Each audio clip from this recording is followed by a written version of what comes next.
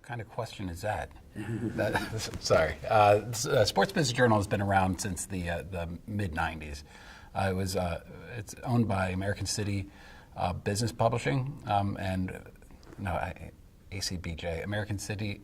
It's owned by American City Business Journals, based in Charlotte, North Carolina. We're a weekly magazine that covers the sports. We're a weekly magazine that covers the sports business.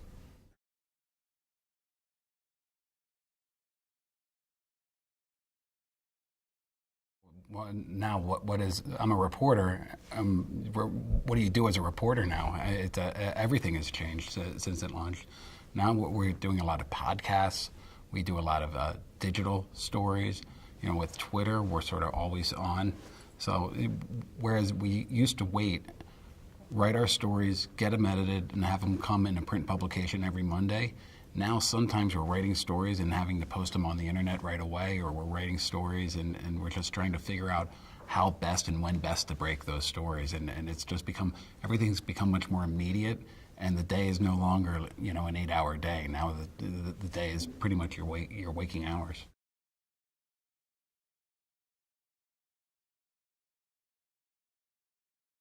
Well, we also have Sports Business Daily, and Sports Business Daily comes out every 3 times a day, 9 o'clock, about 12:30, and 4 o'clock, and with 3 different editions that are filled with all the kinds of news on the sports business.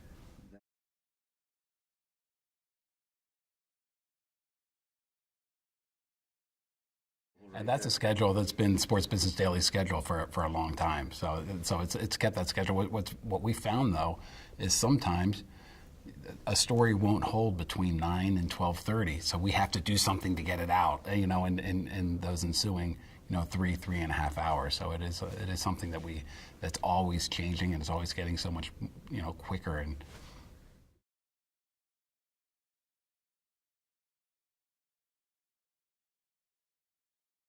well, we cover the business of sports. So what we write about, we really don't care about what happens on the field of play. I mean, most of us are fans, so we do care about what happens to it at that level.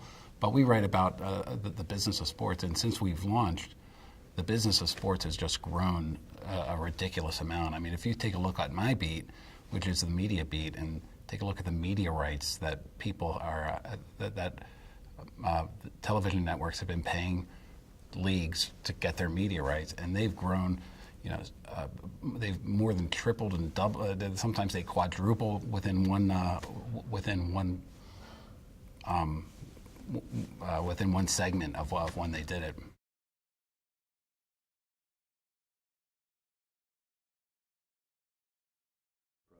That's a great question, and all of the leagues are trying to take a look at how to grow internationally. So you have a league like the NFL. The NFL is as big a sports league as there possibly is, and it's grown pretty much as big as it could possibly grow in the United States. There's still some room for growth, but the more wild growth that they want to see, that's all international. That explains why they're doing these.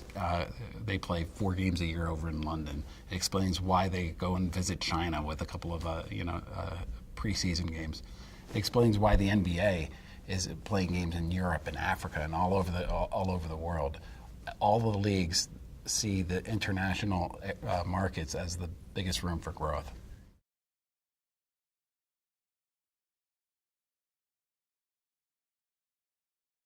Let's take soccer for an example. More people are watching soccer now than ever before, and you have a network like NBC that has the rights to the English Premier League. And they play it on the weekends, and people watch it, and the ratings there have been pretty good. You take a look at the World Cup ratings, both men's and women's, they've been through the roof. So I think that slowly but surely, this isn't like the 1970s or the 1980s when Americans kind of didn't watch soccer at all. MLS is a growing league. It's nowhere near where the NFL is or the NBA is, but there's a growth trajectory. If you take a look at what a lot of these teams are paying. If you take a look at what a lot of people are paying to own an MLS team, you'd be shocked.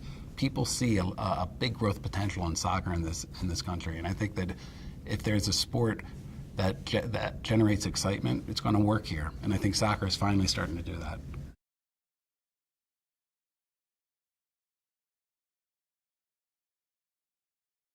I think the people.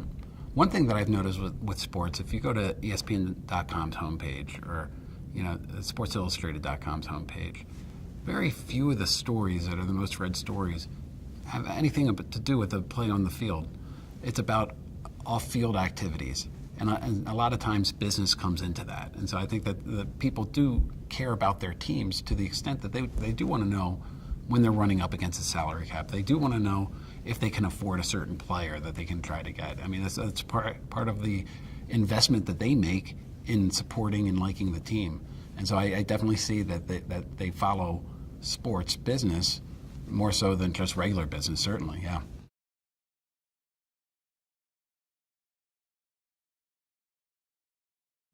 ESPN used to be the 800-pound gorilla.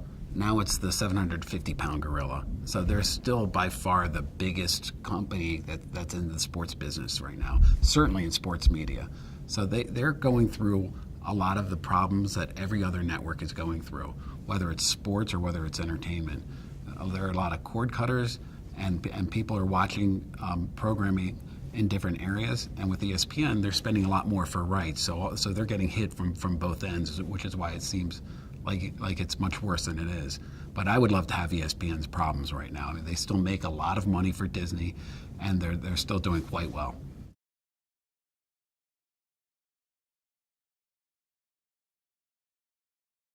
Yeah, they want the system to exist the way it is, and what the NFL and the NBA and Major League Baseball wants, they want to make sure that their media rights stay as high as possible.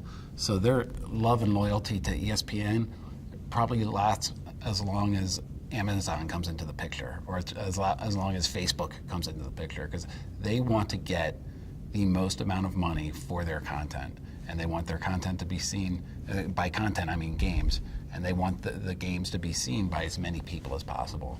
So what we're seeing right now, in my opinion, is that the sports industry went from being all on broadcast television to being mostly on cable television, and you're starting to see slippage to where it's going to move from cable television to some of these streaming companies like Facebook or Amazon or Twitter that have already done deals for sports.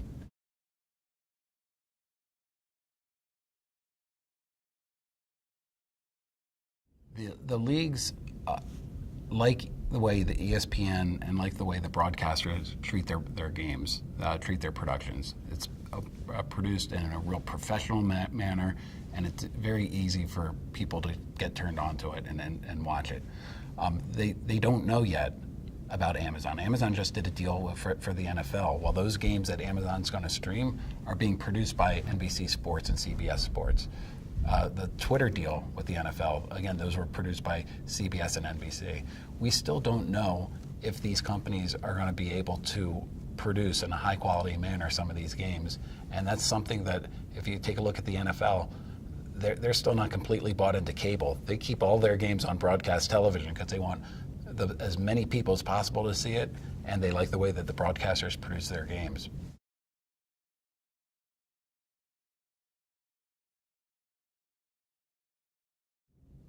The NFL launched NFL Network, and NFL Network is in about 70 million homes, and it's a place where they wanted to put their games. What the NFL realized when they put their games on NFL Network is that they're serving their hardcore fans who go to the NFL Network. Well, my mother would never watch the NFL Network, but she does watch CBS, so she could see as a casual fan when the Washington Redskins play. She could sit and watch on Fox, so the Redskins games. She'll never watch the Redskins game on NFL Network. So what the leagues benefit from by selling these games, selling the rights to these games to the broadcasters and to the cable companies, is just a wider distribution than they can provide, and that's something that the networks also pay them a lot of money. So they would be giving up, in the NFL's case, billions of dollars in order to put those games only on NFL owned properties, and it's unlikely that they will do that, at least in the foreseeable future.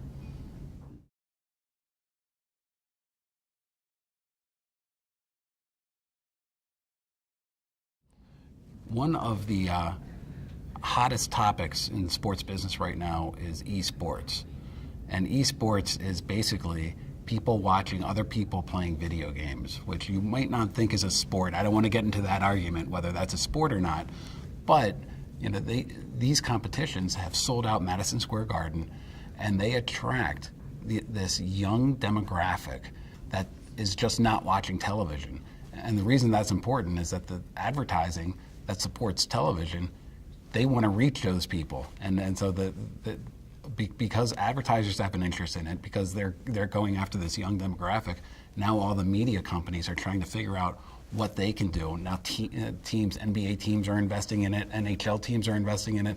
There's so much interest and money flowing into this one area that I just find to be really surprising. At Sports Business Journal, we have a beat writer that is assigned to cover esports. So it's a real business out there.